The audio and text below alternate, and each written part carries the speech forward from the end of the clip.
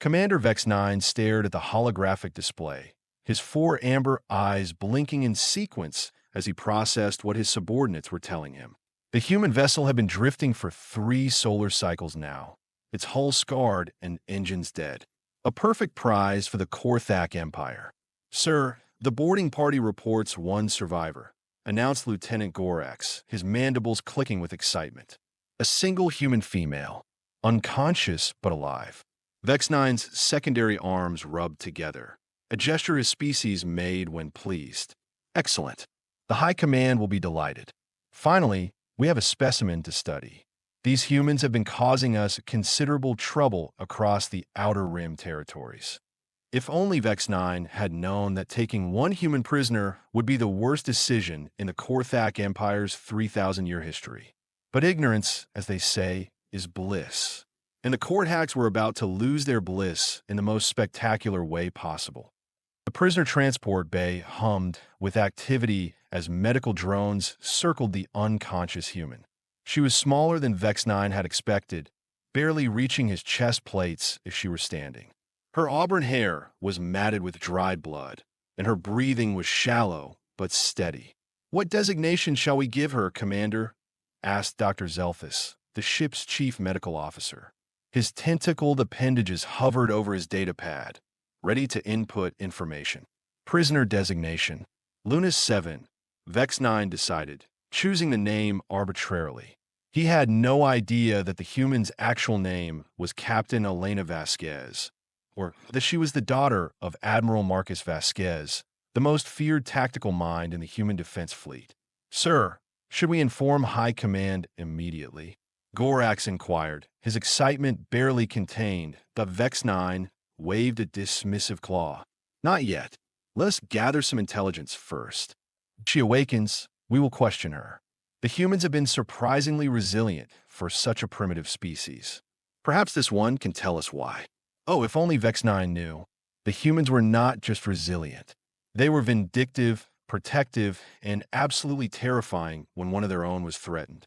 But the commander was about to learn that lesson the hard way. 3 hours later, Elena Vasquez opened her eyes. The first thing she noticed was the metallic ceiling above her, covered in symbols she did not recognize. The second thing she noticed was the restraints binding her arms and legs to what appeared to be an examination table. "Well, this is just fantastic," she muttered, testing the strength of her bonds. "Mom always said I should have gone into accounting instead of the military." A door hissed open, and Vex-9 entered, flanked by 2 guards whose weapons were trained on the human. Elena turned her head to study her captors, her green eyes showing no fear despite her precarious situation. "Greetings, human," Vex-9 said in heavily accented standard. "I am Commander Vex-9 of the Korthak Imperial Navy. You're now a prisoner of the Empire." Elena raised an eyebrow. "Commander Vex-9? Really? Did your parents hate you? Or do all your people have numbers for names? I am genuinely curious." The guards shifted uncomfortably. Vex-9's mandibles clicked in what Elena assumed was either amusement or annoyance. "Probably the latter. You are in no position to make jokes, human. Your vessel was destroyed. Your crew is dead. You are alone, far from your home world, with no hope of rescue." "Destroyed?"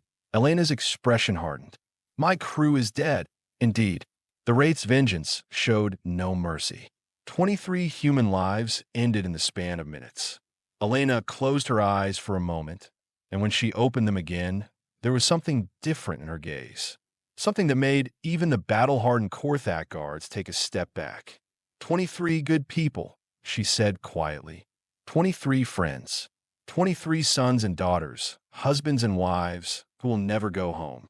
Vex-9 leaned forward, intrigued by the human's reaction. "Yes, and now you will tell us everything you know about human military capabilities, or you will join them." Elena looked directly at him, and for the first time since becoming a commander, Vex-9 felt a chill run down his carapace. "Commander," Elena said, her voice dangerously calm, "you have made what we humans call a mistake. A big one. And what mistake would that be? You killed my crew. You took me prisoner. And worst of all," Elena's lips curved into a smile that held no warmth whatsoever, You did not kill me when you had the chance. Vex 9 clicked his mandibles dismissively. Empty threats from a bound prisoner. How predictable. Oh, I am not threatening you, Elena replied. I'm just stating facts. You see, my father did not name me Elena for nothing. It means bright light. And when my people come for me, and they will come, you're going to see exactly how bright that light can burn. Your people do not even know where you are, Vex 9 scoffed. We disabled your ship's communications before boarding. No distress signal was sent. Elena's smile widened. You really do not understand humans at all, do you? Meanwhile, approximately 400 light-years away, Admiral Marcus Vasquez stood before the Emergency Council of the Human Defense Fleet. His weathered face was carved from stone, his steel-gray eyes burning with barely controlled fury. Gentlemen, he began, his voice carrying the weight of authority earned through decades of warfare. My daughter's ship, the HDF Persistence, has failed to report in for 72 hours. Her last known position was Sector 77 Alpha, near the Korthak border. Fleet Admiral Morrison, a man who had known Marcus for 30 years, cleared his throat carefully. Marcus, we cannot assume the worst. There could be mechanical failures, solar interference. The Persistence was attacked. Marcus interrupted, his tone brooking no argument. I can feel it. My daughter is either dead or captured. Even if that is true, interjected Admiral Chen Wei, we cannot authorize a military response based on the disappearance of a single vessel. The court hacks would claim we were the aggressors. Marcus turned to face the assembled officers, and several of them actually stepped back from the intensity of his gaze. Gentlemen, let me make something very clear. If the court hacks have harmed so much as a single hair on my daughter's head, I will personally see to it that their entire empire burns. Not their military, not their government, their entire civilization. Marcus, you are talking about genocide, whispered Admiral Morrison. No, Marcus replied, his voice as cold as the void between stars. I'm talking about consequences. The court hacks have spent decades testing our resolve, attacking our outer colonies, enslaving our people. They think we are weak because we value life. They are about to learn that our compassion has limits. Admiral Chen Wei stood up. The Council cannot authorize. The Council does not need to authorize anything. Marcus cut him off. I am invoking Code Black 7. Total mobilization. Every ship, every weapon, every soldier we have. The room fell silent. Code Black 7 had never been used in the history of the Human Defense Fleet. It was a theoretical contingency for species-ending threats. Marcus, Admiral Morrison said carefully, Code Black 7 is for existential threats to humanity itself. Marcus Vasquez looked at each man in turn, his expression unchanging. They took my daughter. As far as I am concerned, that is exactly what this is. Back aboard the Korthak vessel, Elena was enduring her third interrogation session. Vex 9 had brought in specialists, truth serums, even pain inducers. Nothing worked. The humans simply smiled and answered every question with sarcasm or completely irrelevant information. I will ask you again, Dr. Zelthus hissed, his tentacles writhing with frustration. What are the defensive capabilities of your homeworld? Well, Elena replied thoughtfully, we have about 7 billion very annoyed primates. And trust me, you do not want to make primates angry. We throw our own feces when upset. Vex 9 slammed his fist on the table. This is useless. She mocks us at every turn. Perhaps, suggested Dr. Zelthus, we should try more aggressive methods. Physical persuasion. Elena's expression did not change, but something shifted in the air around her. Doctor, may I give you some friendly advice? Speak. Torture is not going to work on me. You know why? Because I'm already in hell. You killed my friends. You took me from everything I care about. There is literally nothing you can do to me that is worse than what I am already experiencing. Vex 9 studied the human female. There was something unsettling about her complete lack of fear. In all his years of warfare, he had never encountered a prisoner so utterly unbroken. However, Elena continued conversationally, I can tell you what is going to happen next. Right about now, My father is mobilizing the entire human defense fleet. In approximately 72 hours, this sector is going to be crawling with very angry humans carrying very large weapons. Impossible, Vex-9 scoffed. For one prisoner? Your people are not that foolish. Elena laughed, and the sound sent chills through every Korthak in the room. Oh, Commander, you really do not understand. You did not just take a prisoner. You took the daughter of Admiral Marcus Vasquez, the butcher of Kepler, 442, the man who single-handedly ended the Rigelian War by glassing their entire star system. The color drained from Vex-9's exoskeleton. Every military officer in the galaxy knew that name. Marcus Vasquez was a legend, a nightmare that enemy commanders told their subordinates about to illustrate the dangers of provoking humanity. You are lying, Vex-9 whispered. Am I?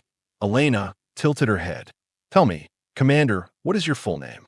Your real name, not your military designation. Vex-9 hesitated. Why? Because I want to know what to put on your tombstone. At that moment, a communication alarm began blaring throughout the ship.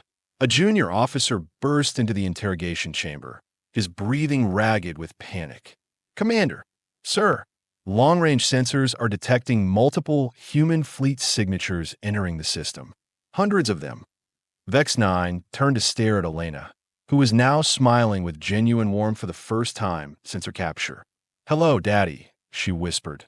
The Korthak commander realized, with growing horror, that he had not captured a prisoner at all. He had taken bait, and now the trap was closing. Admiral Marcus Vasquez stood on the bridge of his flagship, the HDF Retribution, watching the tactical display with cold satisfaction. 347 human vessels had answered his call. Battleships, carriers, destroyers, and support craft formed the largest military fleet in recorded galactic history. Sir, reported Captain Torres, his voice tight with barely controlled excitement, we have visual confirmation of the Korthak vessel holding your daughter. The Wraith's Vengeance, a heavy cruiser, currently positioned near the fourth moon of Graxus Prime. Marcus nodded slowly. Signal the fleet. Full battle formation. I want that ship surrounded, but not destroyed.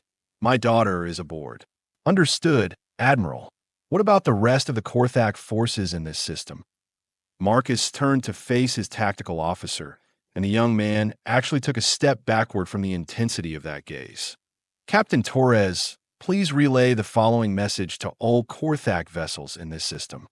Marcus's voice carried across the bridge with the authority of a man who had never lost a battle. You have exactly 10 minutes to surrender unconditionally, or I will demonstrate why humanity earned its reputation as the galaxy's apex predators. Aboard the Wraith's Vengeance, chaos reigned supreme. Commander Vex-9 rushed between stations, his four arms gesticulating wildly as he tried to coordinate a defense against impossible odds. Status report, he barked at his communications officer. Sir, we are detecting 347 human vessels. They have completely surrounded the system. Long-range scanners show battleships the size of small moons. Vex-9 felt his exoskeleton crack under stress. In the interrogation chamber, Elena Vasquez sat calmly in her restraints, humming what sounded like a human funeral dirge. Commander, Dr. Zelthus approached nervously. Perhaps we should consider negotiations. Negotiations. Vex-9 spun around. With what leverage?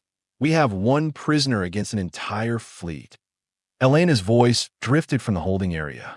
Oh, Commander, you might want to answer that incoming transmission. Daddy does not like to be kept waiting. The main view screen flickered to life, revealing the bridge of a human warship. A man stepped forward, and Vex-9 immediately understood why this human was legendary. Admiral Marcus Vasquez radiated menace like a living weapon. His gray hair was perfectly groomed, his uniform immaculate, but his eyes promised death. I am Admiral Marcus Vasquez of the Human Defense Fleet, the man said, his voice conversational despite the circumstances. You are currently holding my daughter prisoner. Vex-9 tried to project confidence he did not feel. Admiral Vasquez, I am Commander Vex-9. Your daughter is safe and unharmed. I am very pleased to hear that, Commander. Because if she were not, this conversation would be significantly shorter. Marcus clasped his hands behind his back. Now, I have a proposition for you. I am listening. Release my daughter immediately. Surrender your vessel and crew processing, and I will allow your empire to continue existing. Vex-9's mandibles clicked nervously. And if I refuse? Marcus Vasquez smiled, and it was the most terrifying expression Vex-9 had ever witnessed. Commander, have you ever heard of the Regellian War? Of course. You destroyed an entire star system. Indeed. Do you know why? Vex-9 hesitated. Did they attack human colonies? No, Commander. They took prisoners. Specifically, they took my wife. The blood drained from every visible part of Vex-9's anatomy. You are your wife. Former wife, actually. We had been divorced for 3 years when the Rigellians captured her science vessel. But she was still the mother of my child. Still someone under human protection. Marcus's expression never changed. I gave them the same offer I am giving you now. They refused. The Rigellian home system had 12 billion inhabitants, Vex-9 whispered, that being the operative term. Now it has 0. I turned their star into a supernova. Marcus leaned forward slightly. Commander, my ex-wife and I may have had our differences, but she was still human, still family. The woman you're holding is my daughter. My blood, the most precious thing in my universe.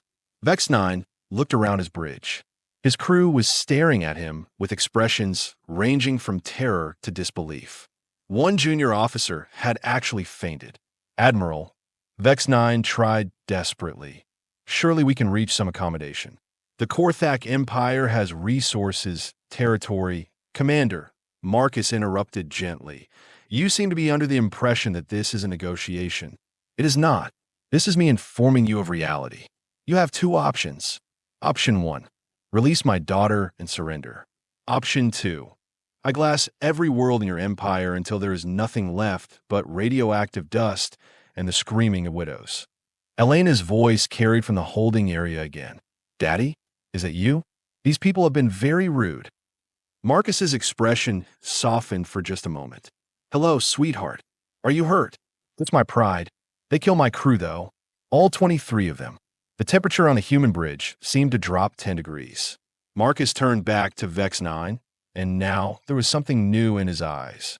Something that made the Korthak commander's hearts skip beats. Commander, Marcus said, his voice now carrying the chill of deep space. You just made this personal. Admiral, please, Captain Torres. Marcus spoke without taking his eyes off Vex-9. Signal the fleet. Begin Operation Scorched Earth. I want every Korthak military installation in this sector reduced to component atoms. Sir, what about civilian populations? Evacuate them first. We are not monsters, Captain. We're just very, very thorough. Vex-9 watched in horror as his tactical display lit up with human weapons fire. Korthak military bases throughout the system were being systematically destroyed. Not just defeated, obliterated. The humans were not just winning. They were making a statement. This is impossible. Dr. Zelthus gasped. No species commits this level of resources for a single individual. Elena laughed from her restraints. Doctor, you really do not get it, do you? Humans do not leave people behind. Ever. When you took me, you declared war on every human in the galaxy. All 7 billion of us. But the cost? Vex-9 protested. The resources, the risk. Commander, Elena's voice was patient, as if explaining something to a child. Humans spent 2 years and trillions of credits to retrieve a single robot from the surface of Mars. A robot. You took a living human being, the daughter of our most decorated military leader. Did you really think we would just write me off? The communication system crackled again. Marcus Vasquez reappeared on screen. Commander, your orbital defense platforms have been neutralized. Your fleet has been scattered. Your ground installations are burning. I estimate you have approximately 30 minutes before my forces begin targeting your homeworld. You would not dare. Vex-9 snarled. The Galactic Council, Marcus interrupted, will do exactly nothing. Because every species in this galaxy has learned a very important lesson today. Do not take humans prisoner. This is madness. Genocide. No, Commander, this is family. Marcus's voice carried absolute conviction. Release my daughter, and this ends. Continue to hold her, and I will personally ensure that the Korthak Empire becomes a cautionary tale told by xenobiologists studying extinct species. Vex 9 looked around his bridge. His crew was staring at him with mixtures of fear and accusation. Outside, human warships hung in space like predatory sharks, their weapons trained on his vessel. Sir, whispered Lieutenant Gorax, perhaps we should consider silence. Vex 9 snapped. But even as he said it, he knew he was beaten. The humans had not just outgunned him. They had outthought him, outmaneuvered him, and demonstrated a level of commitment that defied all military logic. Elena's voice drifted across the bridge again. Commander, still think humans are primitive. Vex 9 closed his eyes. When he opened them again, he had aged a decade. Admiral Vasquez, he said quietly, I surrender. Wise choice, Commander. Prepare to release my daughter and transfer your crew to the nearest human vessel for processing. And then, Marcus Vasquez looked directly at the Korthak commander, and his expression was stone. Then, Commander, you get to live with the knowledge that you started a war you could not possibly win, got your people killed for no reason, and will spend the rest of your life in a human prison facility thinking about those 23 crew members you murdered. 20 minutes later, Elena Vasquez stepped aboard the HDF Retribution and into her father's arms.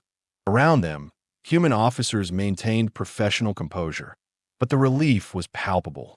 I am so sorry about your crew, sweetheart, Marcus whispered into her hair. They died protecting me, Daddy. They were heroes.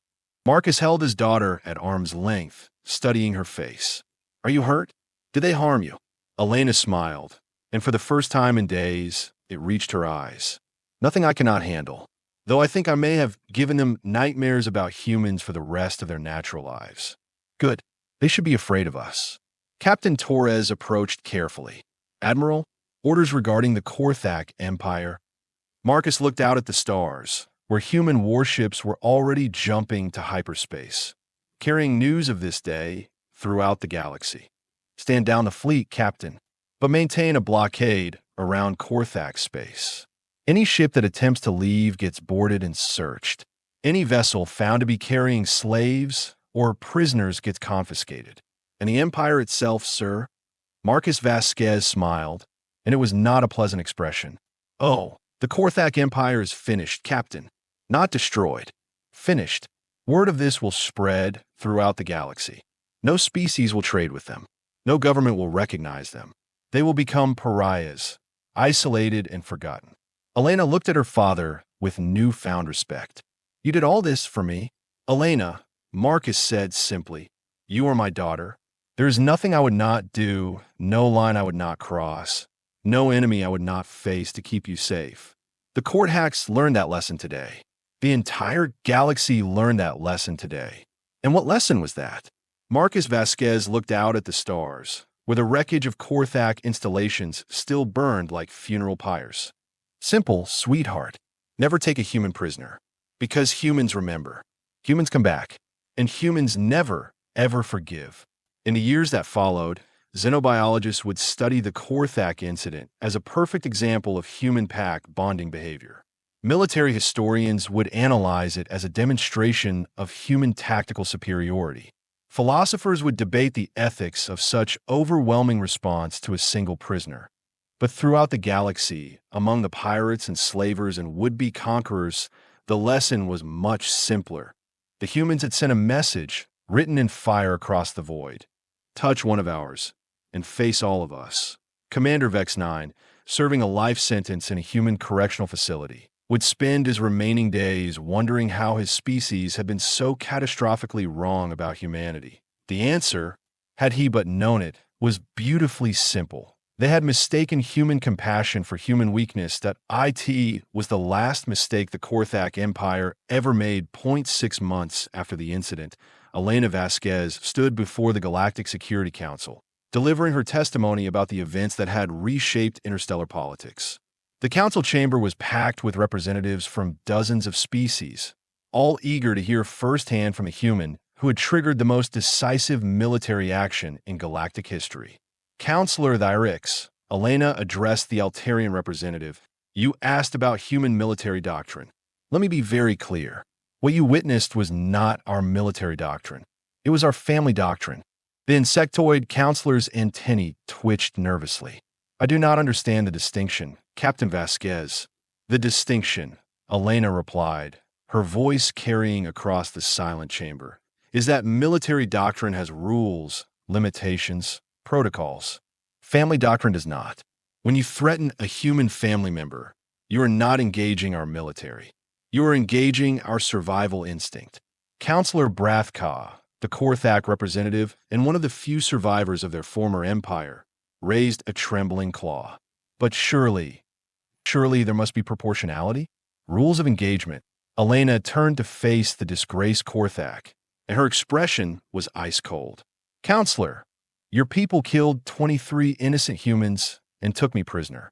My father's response was proportional.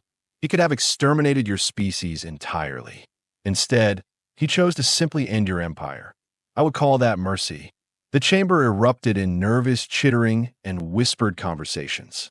The Galactic Security Council had spent months trying to understand the human response, seeking some framework to contain what they saw as an existential threat to galactic stability. Captain Vasquez, interjected Ambassador Zeltran of the Centauri Federation, your species has demonstrated capabilities that frankly terrify the rest of the galaxy. In 6 hours, you mobilized a fleet larger than most planetary defense forces. How do we know humans will not use this power for conquest? Elena laughed, a sound that somehow managed to be both reassuring and ominous. Ambassador, if humans wanted conquest, do you really think we would have stopped with the court hacks? We had 347 warships in that system. We could have taken half the galaxy before anyone could mount a defense. Then why did you not? Asked Counselor Thyrix. Because we did not want to. Humans are not conquerors. Counselor, we are protectors. The difference is crucial. Admiral Vasquez entered the chamber at that moment, his presence immediately commanding attention. Even the most seasoned galactic diplomats straightened in their seats as the man who had single-handedly redefined interstellar warfare took his place beside his daughter. Honored counselors, Marcus began, his voice carrying the weight of absolute authority. I understand your concerns. You have witnessed human military capabilities, and you are afraid. Good. You should be. The chamber fell silent except for the nervous clicking of various alien appendages. But let me explain something about human nature that your intelligence services clearly failed to understand. We are a tribal species. Our tribe, however, includes every human being in existence. When you attack one of us, you attack all of us. When you threaten our young, our elderly, our weak, or our vulnerable, you awaken something that has kept us alive through ice ages, wars, plagues, and the void between stars. Counselor Brathka raised his claw again. Admiral, with respect, the Korthak Empire was simply following standard military protocol. Taking prisoners for intelligence purposes is considered acceptable under galactic law. Marcus turned to face the Korthak representative, and the temperature in the room seemed to drop several degrees. Counselor, let me share something with you that might help explain the situation. 3 years ago, a human child fell into a cave system on the colony world of New Brisbane. For 6 days, the entire colony stopped functioning. Mining operations ceased. Agricultural work halted. Emergency services from 3 neighboring systems responded. We spent the equivalent of a small planet's annual budget to rescue one 7-year-old girl. That seems inefficient, Brathka observed. Does it? Marcus smiled, and it was not a pleasant expression. That little girl grew up to become Dr. Sarah Martinez, the scientist who developed the quantum tunneling drive that allows our ships to cross the galaxy in hours instead of years. The rescue operation that you call inefficient gave humanity the technological advantage that allowed us to appear in your system before you could even send a distress call. The implications hung in the air like a physical weight. Several council members were frantically taking notes. You see, Counselors, humans invest in every single member of our species because we never know which one might hold the key to our survival, our growth, our future. The child you ignore today might cure cancer tomorrow. The prisoner you take might be the daughter of the galaxy's most dangerous military commander. Elena stepped forward. What my father is explaining is that human strength does not come from our weapons or our ships. It comes from our absolute refusal to abandon each other. Ever. But surely, Ambassador Zeltron interjected, there must be limits to this behavior, economic constraints, political considerations. Marcus and Elena exchanged a look, and both began laughing. The sound was genuinely amused, which somehow made it even more unsettling to the assembled aliens. Ambassador, Elena said, wiping tears from her eyes, you are still thinking like a normal species. Humans are not normal. We are the species that looked at the most hostile environment in our solar system and said, let us go live there anyway. We are the species that invented weapons capable of destroying our own planet, then chose not to use them. We are the species that spent centuries perfecting the art of war, then decided to explore the stars instead. Marcus nodded. What Elena is saying is that humans operate on principles that other species find incomprehensible. We will bankrupt ourselves to save a single life, then refuse to profit from another species' suffering. We will fight to the death to protect strangers, then offer aid to our former enemies. The Korthak Empire learned this lesson the hard way. Elena continued. They assumed that taking one prisoner was a minor inconvenience that we would negotiate about. Instead, they discovered that taking one human is equivalent to declaring war on all humans. Dr. Zelthus, the former Korthak medical officer who had interrogated Elena, entered the chamber under guard. He had been granted permission to testify as part of his plea agreement with human authorities. Counselors, Zelthus began, his tentacles writhing with nervous energy. I was present during the interrogation of Captain Vasquez. I believed we were dealing with a simple prisoner exchange situation. I was profoundly mistaken. How so, doctor? Asked Counselor Thyrix. The human female never showed fear. Not once. Even when threatened with torture, with death, with indefinite imprisonment. She simply smiled and told us that we had made a mistake. We thought she was bluffing, but she was not, observed Ambassador Zeltron. No, she was stating fact. She knew, with absolute certainty, that her people would come for her. Not hope, not belief, knowledge. She knew that the entire human military would mobilize for her rescue. And she was correct. Elena nodded. Dr. Zelthus learned something important about human psychology. We do not negotiate with hostage takers because we do not need to. We simply remove the hostage takers from existence. That seems rather extreme, whispered Counselor Brathka. Marcus leaned forward, his expression deadly serious. Counselor, let me explain something about human evolution. We are descended from persistence hunters. Do you know what that means? I'm not familiar with the term admiral. It means we do not give up. Ever. A human persistence hunter would track prey for days, weeks if necessary, following the animal until it collapsed from exhaustion. We did not evolve to be the fastest or the strongest or the most intelligent. We evolved to be relentless. And that trait, Elena added, applies to everything we do. When we make friends, we are friends forever. When we make enemies, we are enemies forever. When we promise to protect someone, we protect them no matter the cost. The chamber fell silent as the implications sank in. Finally, Counselor Thyrix spoke. So what you are saying is that any species that harms a human can expect permanent consequences. Marcus and Elena exchange another look, this one more serious. Counselor, Marcus said slowly, what we are saying is that any species that harms a human would discover why we are the apex predators on a planet full of apex predators. They will learn why we conquered our own world before we conquered space. They will understand why every other species in this galaxy combined has fewer warships than humanity builds in a single year. And most importantly, Elena concluded, they will realize that human mercy is not human weakness. It is human choice, and that choice can be revoked.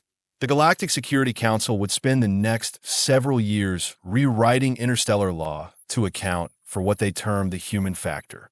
New regulations specifically prohibited the taking of human prisoners except under the most extreme circumstances. Trade agreements included clauses protecting human shipping. Military exercises were redesigned to avoid any scenario that might be construed as threatening to human civilians, because the galaxy had learned a lesson that the Korthak Empire learned too late. Humans were not just another species to be conquered, negotiated with, or dismissed. They were a force of nature, bound together by invisible threads of loyalty and love that made them stronger than the sum of their parts. And those threads, once cut, could never be repaired. The Korthak Empire had cut those threads when they killed Elena's crew. The galaxy would never make that mistake again.